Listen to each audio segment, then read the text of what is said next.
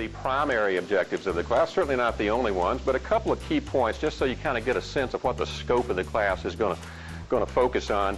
Number one, learn more about how divorce affects children of all ages, how divorce affects kids, or just how separation affects kids, where parents are not together, whether there's been a divorce or maybe just a separation or never perhaps a marital relationship at all, but where parents are not together in an intact family unit and what challenges that presents for children. And then number two, really focus more on what parents can do to help children and really yourselves with the adjustment process, the stresses, the obstacles, the difficulties that you might be facing. So it's pretty basic. We want to make sure we have a good basic working knowledge of what some of the key issues are for children of all ages, and then take that working knowledge, that book learning, so to speak, and then use that knowledge out there in the real world on the other side of those double doors, so to speak, in a way that actually makes a positive impact on the child and the family and everybody adjusting in the context of divorce or separation. To get us thinking about these issues in a kind of a general way, let me put a little, what I call a pop quiz for you up here. I'm sure you would probably feel cheated if you didn't have at least one little quick quiz tonight since you are in class. These are true or false. It's a true or false type format. Number one says in the United States about 50% of all marriages will end in divorce. That's true. That's about 1 out of 2. It's a little bit under that actually, but roughly 1 out of 2. Second statement says over 1 million children will be involved in new divorces each year in the United States. Okay, that also is true. It's just another way of making sense out of that 50% divorce rate. That translates in raw numbers to about 1 million kids each year just in the U.S. In the third statement, about 4 out of every 10 children right now, even as we speak, are living with parents who have divorced. That also is true. And I can see you saying, yeah, that sounds about right. So a significant percentage of kids right now are in situations where the parents are not together. And many of the kids are spending times of varying percentages with each parent. Number 4 is going to ask us to consider what the research has to say on this topic.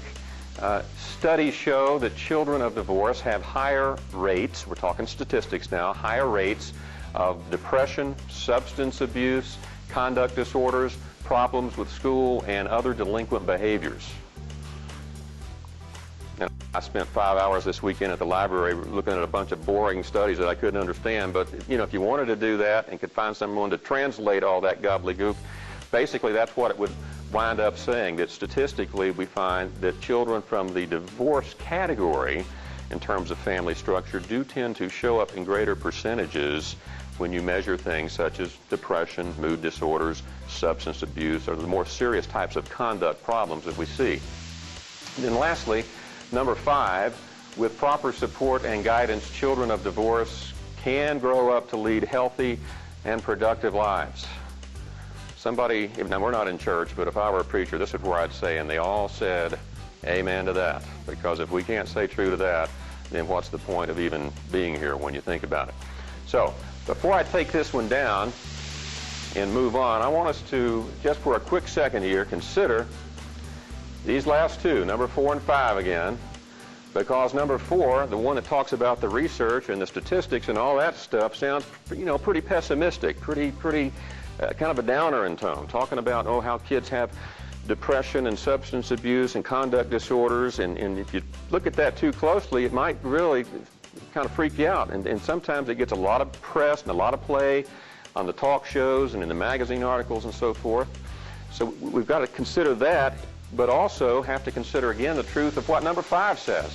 5 is the one that's much more optimistic in tone, much more uplifting in terms of its apparent inference, and that is that a lot of kids, despite the divorce and separation and maybe a lot of other stuff going on in their lives, are going to turn out okay. Not to say that they're not going to have some ups and downs, but big picture, they're probably going to get through it pretty well. So that's much more optimistic in tone.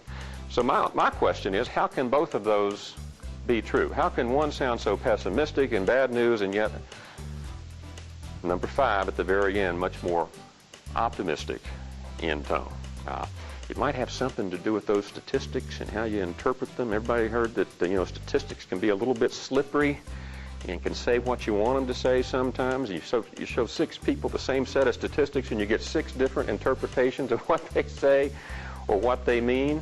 We're in a political season now, and we're just a flood of numbers with polls and what the numbers mean and don't mean, and depending upon which party you talk to, they mean one thing, talk to somebody else and they mean something else.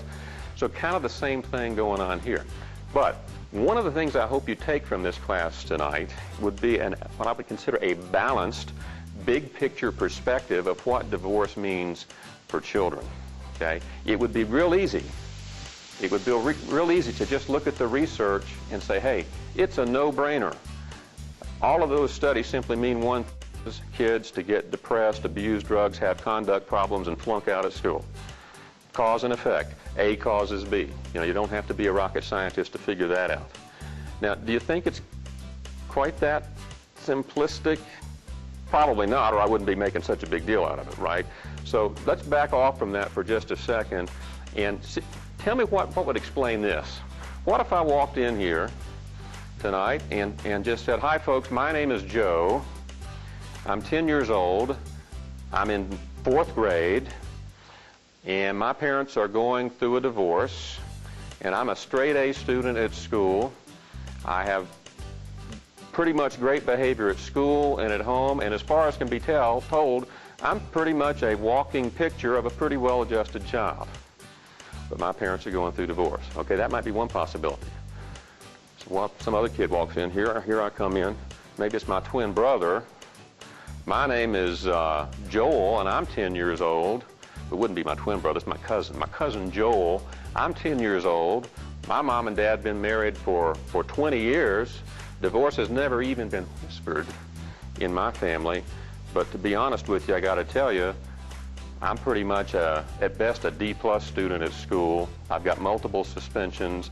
I was almost kicked out last year, and now there's concern that I might actually have childhood depression. I got some serious problems going on. But mom and dad have been married 20 years. Divorce is not part of the mix in my life. So how would you account? Does that make sense that it could play out like that?